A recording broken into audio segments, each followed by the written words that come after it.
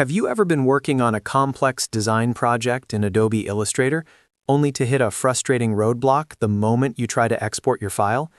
If you have been met with the dreaded unknown error message that seems to appear out of nowhere, you are definitely not alone.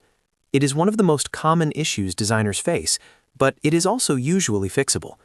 In today's video, I'm going to walk you through several proven methods to fix the Illustrator unknown error so you can get back to your work without any more interruptions. Before we dive into the deep technical solutions, if this video helps you save time and frustration, please do me a huge favor and hit that like and subscribe button. It really helps the channel out. First, let's talk about your file and folder environment. Illustrator is surprisingly sensitive to how you name your files. Check your export file name and ensure there are no special characters like slashes, colons, stars, or pipes. The same rule applies to your folder path.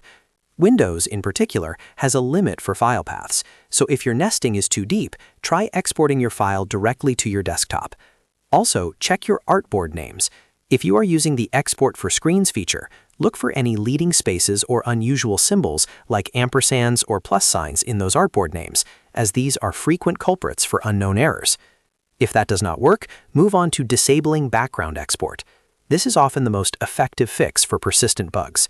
Open your preferences by pressing Ctrl or Command plus K. Navigate to File Handling and Clipboard, and make sure to uncheck both Save in the background and Export in the background.